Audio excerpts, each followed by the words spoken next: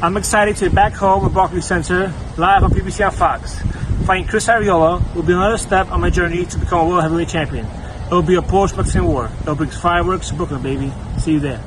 There you have it. Adam Kownacki confirming his August 3rd fight against Chris Arreola. Now, this was a fight that had sort of leaked out a week or two ago. Details that it would be on August 3rd and the two fighters involved. So not a huge shock that this has been officially confirmed.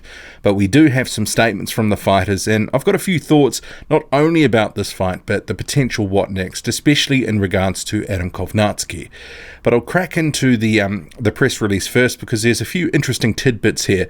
But also, this is actually a decent card. So you have Adam Kownacki and Chris Arreola headlining the card. But also you have Andre Berto, he's on the card, as well as unbeaten light heavyweight Marcus Brown. He's facing Jean Pascal. So the press release reads that undefeated Polish star and Brooklyn native Adam Kownacki will look to thrill in front of a hometown crowd when he steps into the ring against veteran former title challenger Chris the Nightmare Arreola for a 12-round heavyweight showdown that headlines Fox PBC Fight Night on Fox and Fox Deportes on August 3rd from Barclays Center. So I'll just skip down here a little bit. It says that the heavyweight division is red hot and Kownacki is a top rising challenger who will look to continue his ascent up the rankings with a win over the all-action veteran Arreola. And I think that is probably a good indication of what sort of fight we are likely to get here. Both come-forward fighters like to let their hands go, although Kownacki, the much younger fighter, and arguably got much more left in the tank. So Kownacki himself says, and I'll just skip past Tom Brown here, we don't need to hear from the promoter here, I'm excited to be back in the ring and back at home in Barclays Center, live on Fox and Fox Deportes. Fighting Chris Arreola will be another step on my journey to becoming a world champion. It will be a Polish-Mexican war that will bring fireworks to Brooklyn. Make sure you are there, Brooklyn, or watching in prime time. And it notes here, Arreola, a veteran of the heavyweight division, challenged Wilder back in 2016, yada, yada, yada, 38 years old.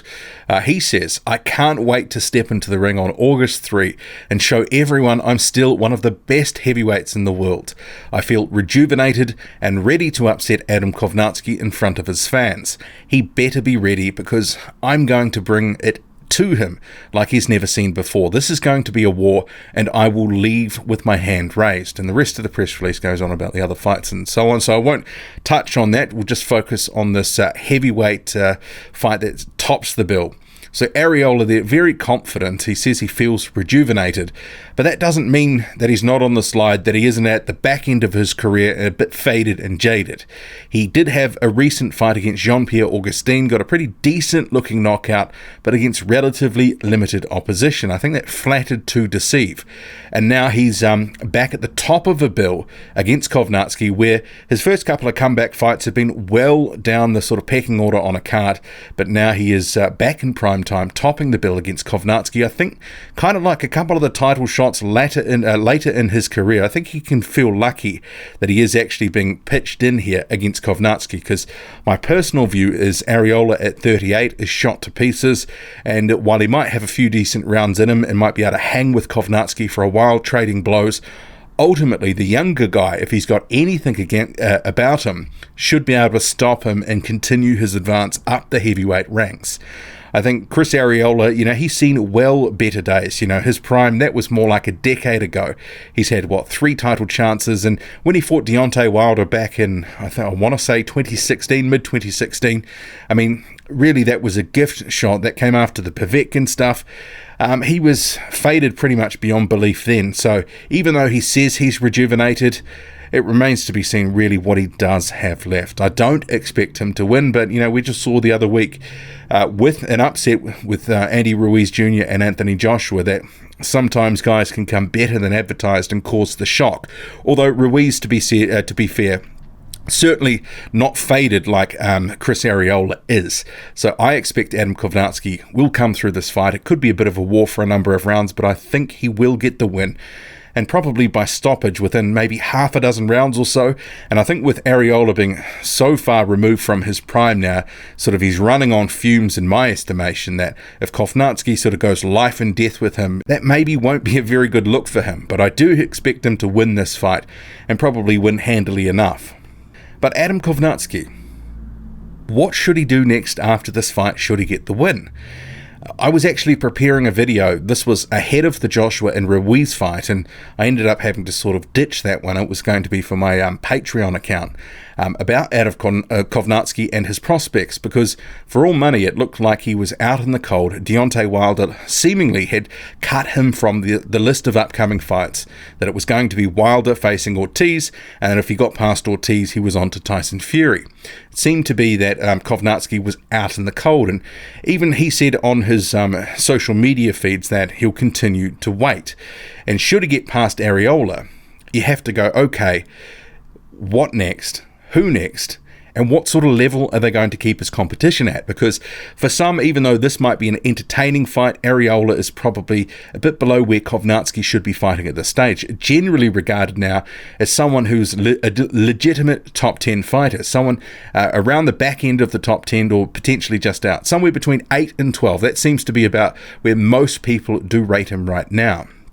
And he actually has been working his way through the PBC stable. So you start to look at who's left there, because they have been making a conscious effort to line him up against PBC stablemates. You've had Artur Szpilka, knocked him out, former Deontay Wilder opponent.